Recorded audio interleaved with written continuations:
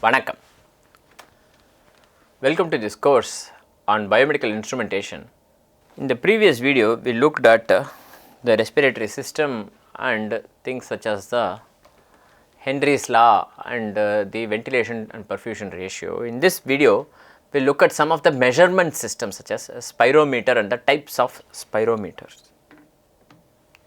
What is a spirometer? It is essentially a tool or an instrument that is used to measure the various V's and C's that we discussed. What are the V's and C's? V means volumes, C means capacities. What are the various volumes and capacities that we discussed? TV, IRV, ERV, RV are the volumes. Vital capacity, functional residual capacity, whatever are the capacities. In particular, we are interested in the volume and the rate of air flow that an individual can breathe in and out. Is that a big deal? The answer is yes, it is a huge deal. Especially if you are having some chest disease or you need to meet a pulmonologist, you are having some problem. COPD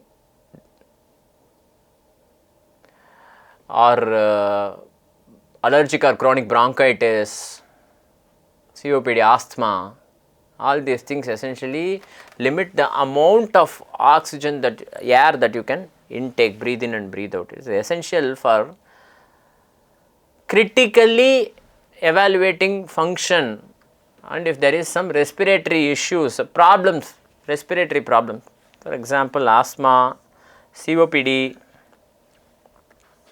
pulmonary fibrosis and other problems. I already mentioned some of the other problems. Bronchitis, chronic or allergic bronchitis, some other problems. By the way, your sleep is also frequently affected because of if there is a block in the lungs, your sleep is also affected. This result is usually shown in a graph.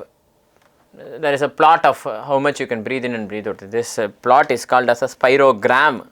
It illustrates the volume or flow over time. The x-axis is time and the y-axis is the flow or the volume that is happening. Essentially, you sense the air flow that is going in and out, both in and out, by having a mouthpiece. Usually, it is a cylindrical mouthpiece to which people, so you breathe for this test, you breathe through the mouth, not through the nose.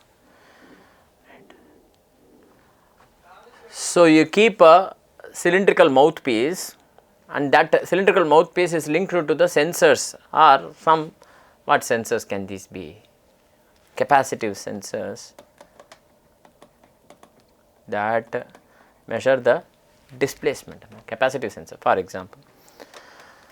Throughout both during one cycle of inspiration and expiration, not between two, the person does not take out. You might have done this test yourself, or you might have seen somebody do it, or you can do it now. There is a cylindrical pipe through which you exhale, you inhale first like that. You can test this on YouTube also, you can check for videos that are useful to measure. I tried to keep my own hand as the cylindrical this, that is what you do. How do I know this? Because I have done this test so many times, it is not a great experience. Almost everybody who lives in polluted cities will have limited capacities and volumes, okay, remember that. So, it is important to live in a less polluted place, have the option of reducing pollution. Anyhow, that is a different story. The point is, this device essentially measures the amount of air that is inhaled and exhaled, as well as the rate at which you can do it, the speed in which you can do it. Using this, you could compute the V's and the C's, the tidal volume, vital capacity, the forced vital capacity and the amount of air expelled in 1 second. And this ratio, amount of air that is exhaled in 1 second by the FVC, is a critical ratio that is used to distinguish between obstructed breathing and restrictive breathing. What is the difference?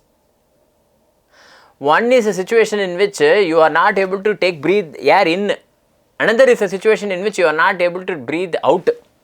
No, check that out. I think that is what it means, but do check it. What are the types of spirometers? Volume displacement spirometers. Flow sensing spirometers are also called as pneumotachographs or the pneumotachometers. We will see that in the next video. Ultrasonic spirometer and incentive spirometers. Many of these some of these measure the flow using capacitive systems, as I already mentioned, for example. With this, we come to the end of this video. In this video, we looked at spirometer, gave an example of what this will look like and how it will measure, what is it that it is measuring, and the types of the spirometers. With this, we end this video. Thank you for your interest and attention.